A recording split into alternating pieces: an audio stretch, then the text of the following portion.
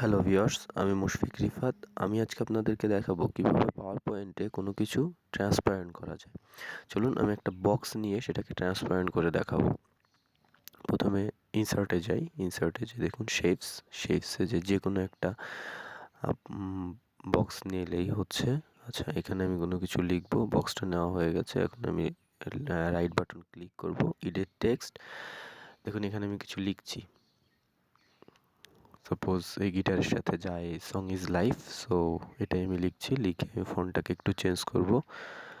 ফন্টটাকে change করে দেখুন home থেকে, এটা তো আমরা সবাই কম বেশি জানি। আচ্ছা, এই ফন্টটা দিব, এটাকে একটু বড় করব যাতে দেখতে ভালো লাগে।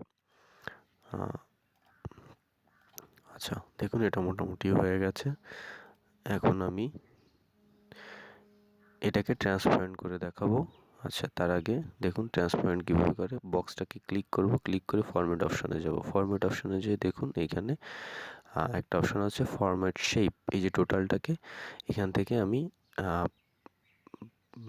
মেইনলি করব ট্রান্সপারেন্ট। তার আগে এই যে ছোট্ট একটা অপশান আছে, এই অপশানে একটা ক্লিক করলে দেখুন এখানে নতুন একটা বার আসে। এই বার থেকে দেখুন এখানে সলিড ফিলে যে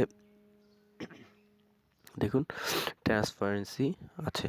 আচ্ছা, ট্রান্সপারেন্সি অপশানটা আছে, তাহলে আমি এখান থেকে আমি ট্রান্সপারেন্ট করব জিনিসটা।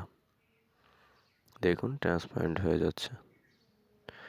তার আগে আমি একটু কালারটা চেঞ্জ করি। বক্সের কালারটা কিভাবে চেঞ্জ করে দেখুন, সেই ফিল থেকে আমি আইড্রপারটা নিব। আইড্রপার সম্পর্কে আরও যদি বিস্তারিত জানতে চান তাহলে আমার নিচে ভিডিও ডেসক্রিপশনে লিঙ্ক দেওয়া আছে, সেই লিঙ্ক থেকে জেনে নিতে পারবেন।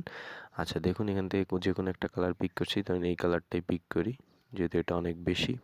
আচ্ছা, এই কালারটা পিক করছি। আমি যে শেপের যে আউটলাইনটা আছে, আউটলাইনটা রাখতে চাচ্ছি না, সো নো আউটলাইন। আচ্ছা, এখন দেখুন এটাকে আমি এখন ট্রান্সপারেন্ট কিছুটা করেছি, আর একটু করব।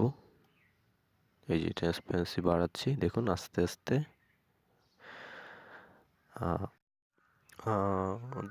দেখুন স্বচ্ছ হচ্ছে আস্তে আস্তে।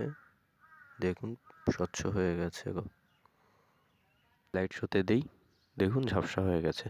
আচ্ছা, এছাড়াও কেউ যদি চান যে আমি এই লেখাটাকে টেক্সটটাকেও ট্রান্সপারেন্ট করব, তাহলে কিভাবে করব তাদের জন্য সেটা হচ্ছে এই পুরো টেক্সটটাকে সিলেক্ট করার পর ফরম্যাট অপশানে যেতে হবে।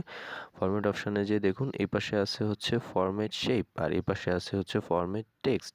আচ্ছা, ইফেক্ট। আচ্ছা তাহলে দেখুন এখানে আমি যদি ক্লিক করি তাহলে আমার এই বারটা আসবে। এই বার থেকে আমি এটাতে সিলেক্ট করব, করে দেখুন এখানেও সলিড ফিল। এখানে ট্রান্সপারেন্সি আগে থেকেই বাড়ানো ছিল, আমি আর একটু বাড়িয়ে দিচ্ছি। দেখুন এখন এটাকে যেখানেই নিব সেখানেই দেখুন পুরাটাই ট্রান্সপারেন্ট হয়ে গেছে। আচ্ছা, কেউ যদি চান ট্রান্সপারেন্সি রাখবেন না তাহলে দেখুন এটাকে 0 করে দিচ্ছি। দেখুন এখন আর আগের মতো নাই। সো এইভাবে বিভিন্ন জায়গায় আমরা ফেসবুকে বা বিভিন্ন টুইটারে বিভিন্ন জায়গাতে আমরা দেখতে পাই ট্রান্সপারেন্সির কাজ।